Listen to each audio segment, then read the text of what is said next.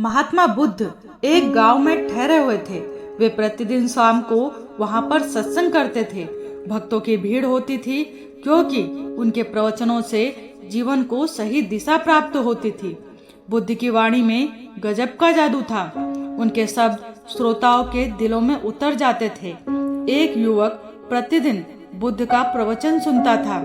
एक दिन जब प्रवचन समाप्त हो गए तो वह बुद्ध के पास जाकर बोला, महाराज, मैं प्रतिदिन आपके प्रवचन सुनता हूँ, किंतु यहाँ से जाने के बाद मैं अपने गृहस्थ जीवन में वैसा सदाचार नहीं कर पाता जैसा यहाँ से सुनकर जाता हूँ। इससे सत्संग के महत्व पर भी शंका होने लगती है। बताइए मैं क्या करूँ? बुद्ध ने युवक को बांस की एक टोकरी देते हुए उसमें जल भरकर लाने के लिए कहा। युवक टोकरी में जल भरने में असफल रहा। बुद्ध ने यह कार्य निरंतर जारी रखने के लिए कहा। युवक प्रतिदिन टोकरी में जल भरने का प्रयास करता, किंतु सफल नहीं हो पाता। कुछ दिनों बाद बुद्ध ने उससे पूछा, इतने दिनों से टोकरी में लगातार जल डालने से क्या टोकरी में कोई फर्क नजर आया? युवक बोला, एक फर्क जरूर नजर आया है।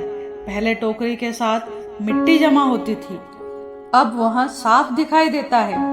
कोई गंदगी नहीं दिखाई देती और इसके छेद भी पहले जितने बड़े नहीं रह गए हैं, वे बहुत छोटे हो गए हैं। तब बुद्ध ने उसे समझाया, यदि इसी तरह उसे पानी में निरंतर डालते रहोगे तो कुछ ही दिनों में ये छेद फूलकर बंद हो जाएंगे और फिर तुम टोकरी में जल भर पाओगे।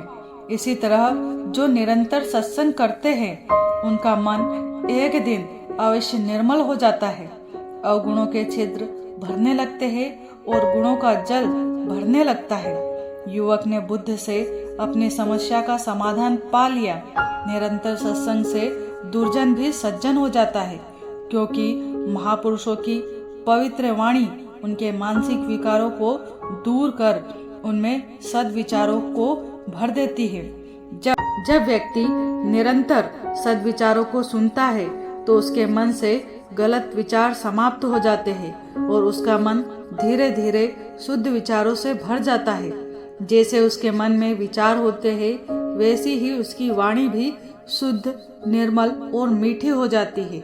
हर व्यक्ति के जीवन में अच्छे विचारों और सत्संग का बड़ा ही महत्व है।